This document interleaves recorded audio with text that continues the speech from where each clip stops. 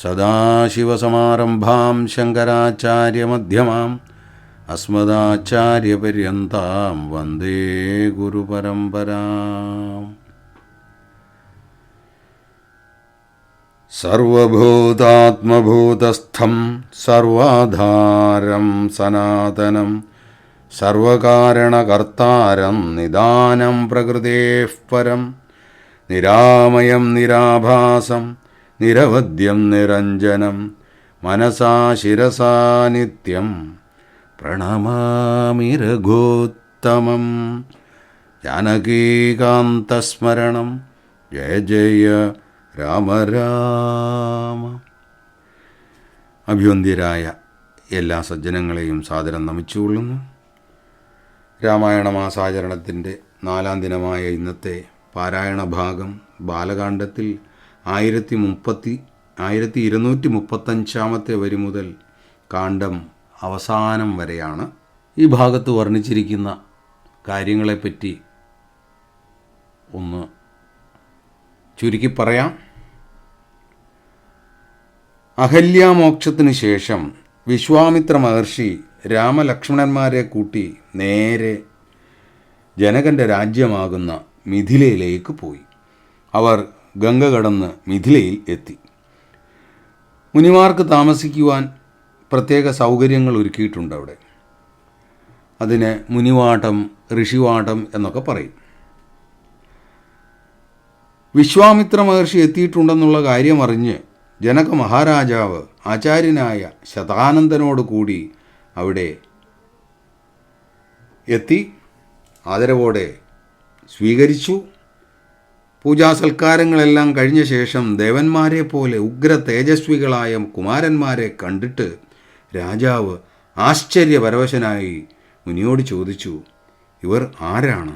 വിശ്വാമിത്ര മഹർഷി രാജാവിനോട് പറഞ്ഞു, ഇവർ ഉത്തരകോസല രാജ്യത്തെ രാജാവായ ദശരഥൻ്റെ പുത്രന്മാരാണ്. രാമനെന്നും ലക്ഷ്മണനെന്നുമാണ് ഇവരുടെ പേരുകൾ.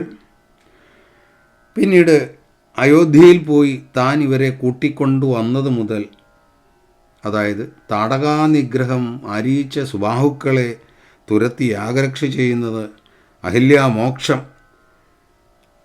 അങ്ങനെ എല്ലാ കാര്യങ്ങളും വിസ്തരിച്ചു പറഞ്ഞു. പിന്നെ ഞങ്ങളിവിടേക്ക് വന്നത് രാജധാനിയിലുള്ള ശൈവചാപം കാണാനാണ്. അങ്ങ് രാമനെ ആ വില്ല് കാണിച്ചു കൊടുത്താലും അത് കണ്ടതിന് ശേഷം കുമാരന്മാർ അയോധ്യയിലേക്ക് മടങ്ങിപ്പോയിക്കൊള്ളും. മഹർഷി പറഞ്ഞത് കേട്ടപ്പോൾ രാജാവിന് മനസ്സിലായി ഇവർ പൂജിക്കപ്പെടേണ്ടവരാണ്. മന്ത്രിയെ വിളിച്ച് ശൈവചാപം കൊണ്ടുവന്ന് വേഗം ഇവരെ കാണിച്ചു കൊടുക്കൂ എന്ന് ഉത്തരവിട്ടു.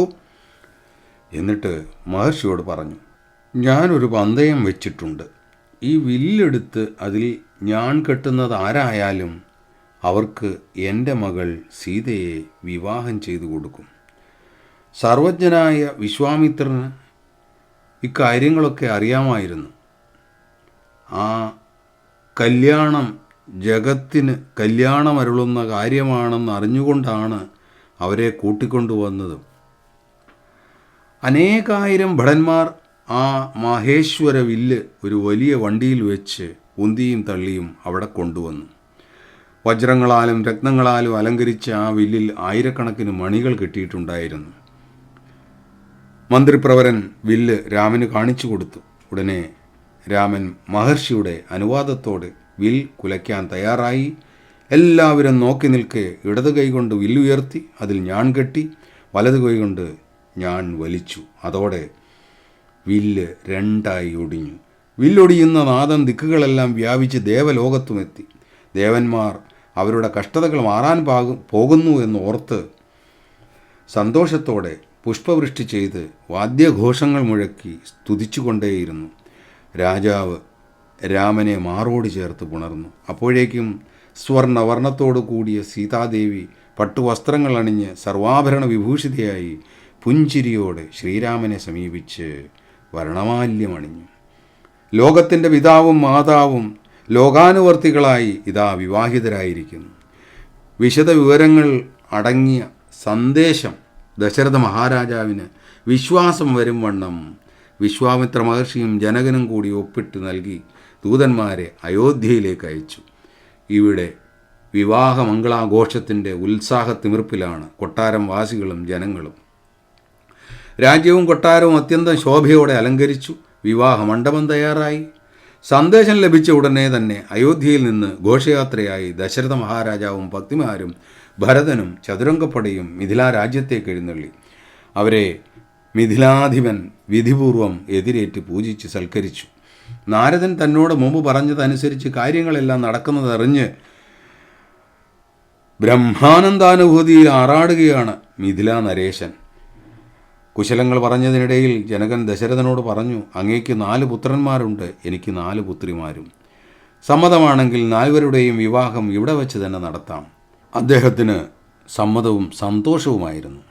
അങ്ങനെ മനോഹരങ്ങളായ 4 മണ്ഡപങ്ങളിൽ വിധിപൂർവം 4 വിവാഹങ്ങളും നടന്നു. ജനക മഹാരാജാവ് സീതയെ രാമന് നൽകി, ഊർമിളയെ ലക്ഷ്മണന് നൽകി. അനുജനായ കുശധ്വജൻ്റെ പുത്രിമാരായ മാണ്ഡവിയെയും ശ്രുതകീർത്തിയെയും ഭരതനും ശത്രുഘ്നനും വിവാഹം ചെയ്തു. അനന്തരം സീതയുടെ വൃത്താന്തം വിശ്വാമിത്രനോടും വസിഷ്ഠനോടും ജനകൻ പറഞ്ഞു. യാഗം നടത്താനായി യജ്ഞഭൂമി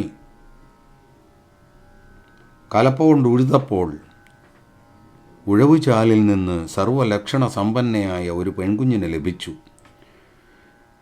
ഉഴവുചാലിൽ നിന്ന് ലഭിക്കുകയായതിനാൽ ആ ഭൂമിപുത്രിക്ക് സീതയെന്ന് നാമകരണം ചെയ്തു. മകളെപ്പോലെ ഞാൻ വളർത്തി വരികയായിരുന്നു. അങ്ങനെയിരിക്കെ ഒരു ദിവസം നാരദ മഹർഷി കൊട്ടാരത്തിൽ വരികയും രാമസീതാ രഹസ്യം വെളിപ്പെടുത്തുകയും ചെയ്തു. യോഗമായാ സീതയെ എങ്ങനെ രാമന് കൊടുക്കാൻ സാധിക്കുമെന്ന് ചിന്തിച്ചിരിക്കുമ്പോൾ എനിക്കൊരു ആശയമുദിച്ചു. അങ്ങനെയാണ് ഞാൻ ഈ പന്തയം വച്ചത്. എൻ്റെ പൂർവികന്മാർക്ക് പരമശിവൻ നൽകിയ ശൈവചാപത്തെ കുലയ്ക്കുന്നവന് മാത്രമേ സീതയെ നൽകൂ എന്നതായിരുന്നു ആ പന്തയം. താരകബ്രഹ്മനാമത്തെ അലങ്കരിക്കുന്ന രാമന് മാത്രമേ അതിന് സാധ്യമാകൂ എന്ന ബോധ്യവും എനിക്കുണ്ടായിരുന്നു. വിശ്വാമിത്ര മഹർഷി, അങ്ങയുടെ അനുഗ്രഹത്താൽ എൻ്റെ ആഗ്രഹം സഫലമായി. രാമനെ സ്തുതിച്ചുകൊണ്ട് ജനക മഹാരാജാവ് ധാരാളം സ്വർണങ്ങൾ, രത്നങ്ങൾ, ചതുരംഗപ്പടകൾ, പട്ടാമ്പരങ്ങൾ, മുത്തുമാലകൾ മുതലായവ കണക്കില്ലാതെ കൊടുത്ത് വിശ്വാമിത്രൻ, വസിഷ്ഠൻ എന്നീ മഹർഷിമാരെയും ദശരഥ മഹാരാജാവിനെയും രാമഭരത ലക്ഷ്മണ ശത്രുഘ്നന്മാരെയും അവരുടെ ഭക്തിമാരോടൊപ്പം അയോധ്യയിലേക്ക് യാത്രയാക്കി. സീതയ്ക്ക് പതിവ്രതാധർമ്മം ഓതിക്കൊടുത്തത് അച്ഛനായ ജനക മഹാരാജാവ് തന്നെയാണത്രേ. വിശ്വാമിത്ര മഹർഷി തപസ്സനായി ഹിമാലയത്തിലേക്ക് പോയി. വാദ്യമേളങ്ങളോടെ ചതുരംഗപ്പടിയോടുകൂടി ഘോഷയാത്രയായി ദശരഥ മഹാരാജാവും കൂട്ടരും അയോധ്യയിലേക്ക് പോകുന്ന വഴിക്ക് ചില ദുർനിമിത്തങ്ങൾ കണ്ടു. അതിൻ്റെ കാരണം ആരാഞ്ഞപ്പോൾ വസിഷ്ഠ മഹർഷി ദശരഥനോട് പറഞ്ഞു, അങ്ങേക്ക് ഒരു വലിയ ഭയം ഉണ്ടാവും, ഉടനെ തന്നെ അതില്ലാതാകുകയും ചെയ്യും. അല്പം കൂടി മുന്നോട്ട് ചെന്നപ്പോൾ അതാ ഇടത്തു കൈയിൽ വില്ലും വലത്തെ കൈയിൽ വെൺമഴുവും ധരിച്ച് ശ്യാമള നിറം പൂണ്ട ജടാധാരിയും കോപം കൊണ്ട് ജ്വലിക്കുന്നവനുമായ പരശുരാമനെ മുന്നിൽ കണ്ടു. ഉടൻ തന്നെ ദശരഥൻ ഞങ്ങളെ രക്ഷിക്കണമേ എന്ന് പറഞ്ഞ് സ്തുതിച്ചുകൊണ്ട് പരശുരാമൻ്റെ മുന്നിൽ ദണ്ഡനമസ്കാരം ചെയ്തു. കോപാകുലനായ ഭാർഗവരാമൻ അതൊന്നും ഗവനിക്കാതെ രാമന് നേരെ തിരിഞ്ഞു. ഹേ ക്ഷത്രിയാധമ, എൻ്റെ പേരും സ്വീകരിച്ചുകൊണ്ട് പണ്ടത്തെ ഏതോ തുരുമ്പ് പിടിച്ച വില്ലൊടിച്ചെന്നുള്ള ഗർവുമായി നടക്കുന്നവനെ, ധൈര്യമുണ്ടെങ്കിൽ എന്നോട് ദ്വന്ദ്വ യുദ്ധം ചെയ്യൂ. എൻ്റെ കയ്യിലുള്ള ഈ വൈഷ്ണവ ചാപത്തിൽ ഞാൻ കെട്ടുകയാണെങ്കിൽ ഞാൻ നിന്നോട് യുദ്ധം ചെയ്യാം. അല്ലെങ്കിൽ ഓർത്തോളൂ, ക്ഷത്രിയാന്തകനായ ഞാൻ നിങ്ങളെ എല്ലാറ്റിനെയും ഇല്ലാതാക്കും. രാമൻ തെല്ലും പരിഭ്രമിക്കാതെ സൗമ്യതയോടെ അദ്ദേഹത്തിൻ്റെ കോപം ശമിപ്പിക്കാൻ ഒരുങ്ങി. പക്ഷേ അദ്ദേഹം വഴങ്ങിയില്ല. അനന്തരം ഭാർഗവരാമൻ്റെ കയ്യിൽ നിന്ന് വിൽ വാങ്ങി നിഷ്പ്രയാസം ഞാൻ കെട്ടി വലിച്ചുകൊണ്ട് ചോദിച്ചു, ഹേ ബ്രാഹ്മണശ്രേഷ്ഠ, എൻ്റെ ശരം ഒരിക്കലും പാഴായിപ്പോയില്ല. അതിന് ലക്ഷ്യം കാട്ടിയാലും അതെ, മഹാത്മാക്കൾ പ്രതിസന്ധിയിൽ പ്രകോപിക്കില്ല, സമചിത്തതയോടെ കാര്യങ്ങൾ നടത്തും. അങ്ങനെ വരുമ്പോൾ മാത്രമേ തന്നെയും തൻ്റെ കൂടെയുള്ളവരെയും രക്ഷിക്കാൻ സാധിക്കൂ.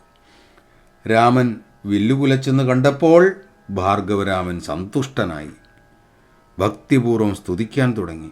വൈഷ്ണവ ചാപം രാമൻ ഏറ്റെടുത്തപ്പോൾ തൻ്റെ വൈഷ്ണവ തേജസ് ശ്രീരാമനിലേക്ക് പകരുകയാണുണ്ടായത്. രാവണവധത്തിന് അത് സഹായകരമാകും. ഈ തേജസ് പകരാൻ വേണ്ടിയായിരുന്നു കേരള ഭൃഗവതി ഇങ്ങനെയൊരു അവസരമൊരുക്കിയത്. രാമശരത്തിൻ്റെ ലക്ഷ്യം പരശുരാമൻ പറഞ്ഞത് എന്താണെന്നോ? താൻ ഇതുവരെ നടത്തിയിട്ടുള്ള യജ്ഞം, ദാനം, തപസ് എന്നിവ സ്വർഗപ്രാപ്തിക്ക് വേണ്ടിയായിരുന്നു. അതുകൊണ്ട് നേടിയ പുണ്യമെല്ലാം ആ ശരത്തിന് ലക്ഷ്യമാവട്ടെ.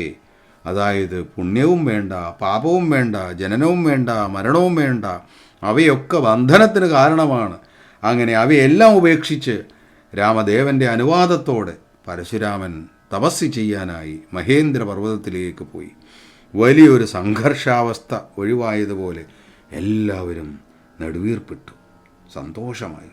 രാമനെ വാനോളം പുകഴ്ത്തിക്കൊണ്ട് സമാധാനത്തോടെ എല്ലാവരും അയോധ്യയിൽ എത്തിച്ചേർന്നു. ശ്രീരാമനും സഹോദരന്മാരും അവരവരുടെ ഭഗ്നിമാരോടൊന്നിച്ച് അയോധ്യയിൽ സുഖമായി വസിച്ചു. അതിനിടെ കൈകേയിയുടെ അനുജനായ യുധാജിത്ത് ഭരതനെ കേകയ രാജ്യത്തേക്ക് കൊണ്ടുപോകാനായി വന്നു. ദശരഥൻ്റെ അനുവാദത്തോടെ ഭരതനെയും ശത്രുഘ്നെയും അദ്ദേഹം കൂട്ടിക്കൊണ്ടുപോയി. ദശരഥൻ തൻ്റെ ഭഗ്നിമാരോടും പുത്രന്മാരോടും പുത്രവധുക്കളോടും ഒന്നിച്ച് ദേവേന്ദ്രൻ സ്വർഗലോകത്ത് വാഴുന്നത് പോലെ അയോധ്യയിൽ സുഖിച്ചു വാണു.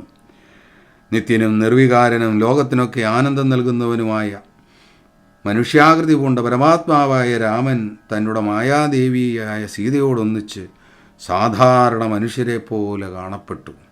ഹരേ രാമ. ഇതോടുകൂടി ബാലകാണ്ഡം സമാപിക്കുകയും ചെയ്തു.